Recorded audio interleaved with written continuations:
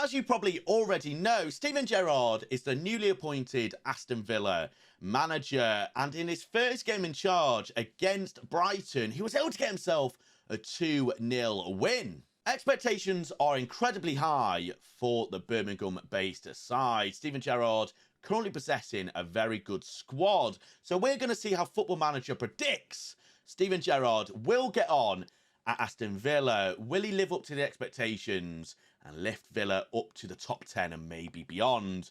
Or will he get himself sacked and Villa could potentially get themselves relegated?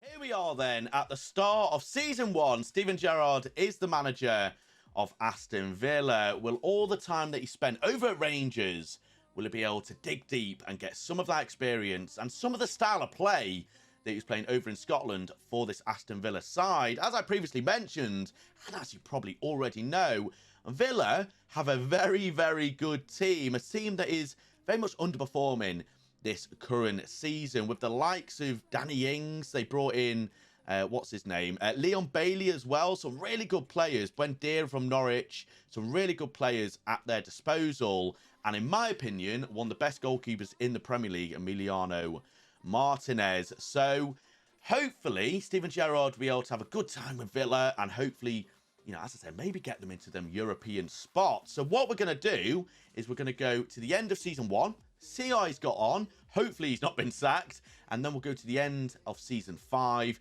to have a more of a long-term view of how Steven Gerrard has got at Aston Villa. But before we do that, if you enjoy these type of videos, make sure you hit that like button, that subscribe button, and hit that notification bell to be alerted when these sort of videos are released. And why not leave a cheeky comment in the comment section? How do you think Gerrard will get on at Villa? Do you think he'll crumble, or do you think he will triumph?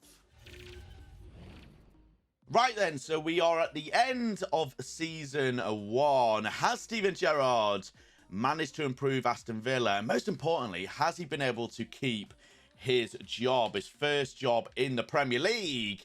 And the answer is yes, he has. He has kept his job at Aston Villa. And if we have a look at the career stats at the top right here, there's some pretty underwhelming career stats. I don't know if that takes into account his time at Rangers. I don't think it does. This must be just from Aston Villa. And if we have a look at his career stats, 44 games played, he's only won 20 and lost 16 with a win percentage of 45%. Is that decent? Is that decent? I'm not too sure. If we have a look at his goals for and goals against, they've actually conceded more goals than they've scored. I mean, this is definitely from just Aston Villa, because there's no way in the 3 years he was at Rangers that he only scored 60 goals. I mean, are them career stats pretty poor? I'm not too sure. For a team like Aston Villa, maybe that's what we should be expecting. So maybe I'm being a little bit harsh on Steven. If I'm right, he's also got a few extra tends to traits here. He's got uses intense pressing and counter pressing. Are they new? I think they might be new to Steven Gerrard. Right. I don't think Villa have got relegated based off them career stats, but I'd expect them to maybe be 13th, maybe 12th, something like that. I don't think they would have got into Europe, but let's have a look. And they finished in 8th place, just outside the European spots. Leicester beating them by 2 points as well. That's pretty heartbreaking for Aston Villa. But overall, that's actually a pretty good end of season result for them, finishing in 8th in front of the likes of Everton, Wolves, Newcastle, who are now really, really rich. West Ham getting relegated. That is very, very interesting. Right, let's have a look at Aston Villa then. What transfers did they make in January or at the end, towards the end of the summer transfer window?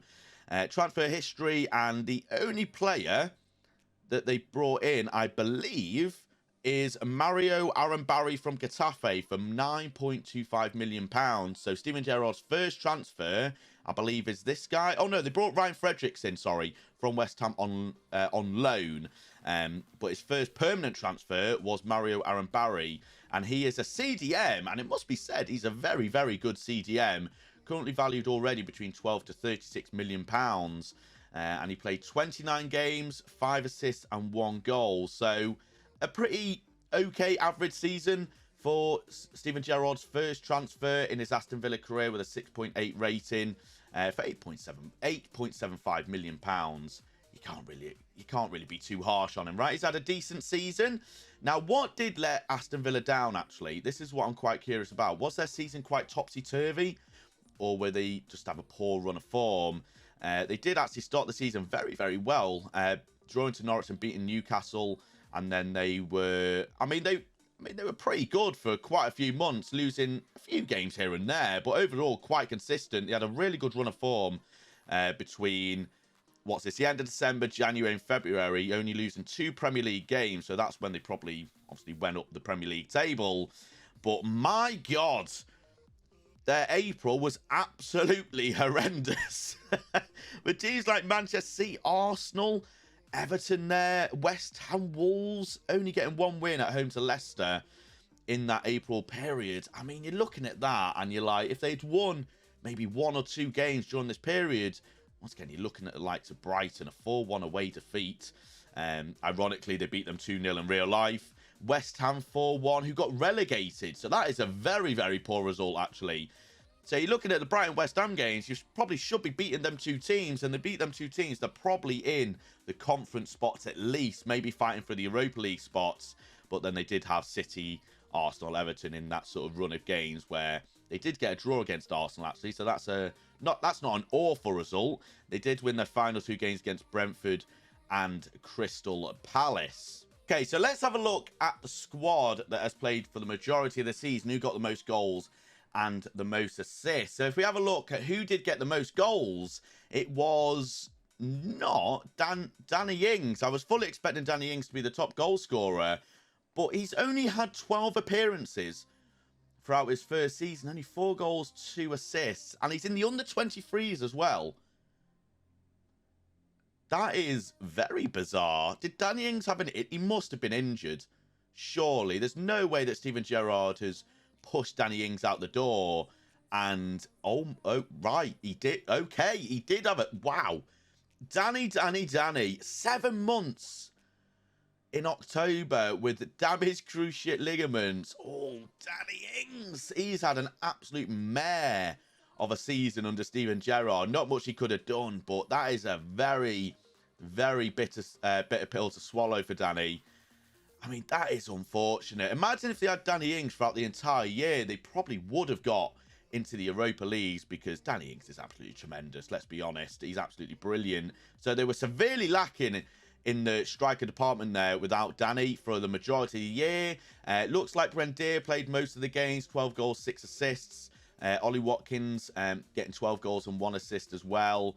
And who else got some goals? The likes of El Ghazi. Leon Bailey had a pretty poor year, actually, on the grand scheme of things. Only getting 2 goals and 3 assists in 33 appearances. For a player that you brought for 30 million, I feel like you should be expecting a little bit more. For a player of his calibre as well, like, he's absolutely fantastic. I feel like he should be giving a little bit more in his first full season with Aston Villa. Maybe in his 2nd or 3rd year he might come into his own, because Leon Bailey's still relatively young, I believe.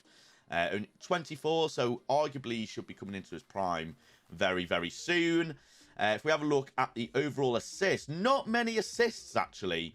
Aaron Barry in his first year being bought by Steven, being top of the assist charts, level with Buendia and John McGinn. Buendia is currently wanted, however, from Leicester, Newcastle and Barcelona. I mean, if he goes to Newcastle, we know what his true intentions are, don't we? We know why he's going to Newcastle on that 300k pay packet that he's probably going to get. And if he turns out on Barcelona, what are you doing, Buendia? Is he going to go? Is he going to leave Villa after 1 season? We'll have to wait and see. Contract centre-back, getting 4 assists. Matty Cash, quite a lot of assists from their defenders, actually. Morgan Sanson getting on the assist charts as well. I mean, there's not many assists or goals, it must be said. As mentioned before, not having Danny Ings probably hurt them quite a lot. But there's not as many goals as I thought there'd be. Not many assists either. Who topped their average rating? Buendia. Leon Bailey actually getting up there. Target. Emiliano Martinez with a 6.97. I don't really know. Like, I think it's a really good season, actually, for Villa. If there's any Aston Villa fans watching, let me know. Would you take 8th place? I feel like the majority of you would probably say yes. I mean, you were very unlucky to miss out on European football. I mean, it's a good, strong start for Steven. He's finished in 8th. He's got a few more years. We're going to go to the end of the 5th season. So there's going to be a few regens knocking around. So he might be able to bring in an absolute world beater. And hopefully he'll still be in charge after season 5. Obviously, teams around them are going to get a lot better, a lot tougher, get better players in. Can Villa build on this impressive season and go that little step further, hopefully getting into Europe? We're about to find out. Stick around.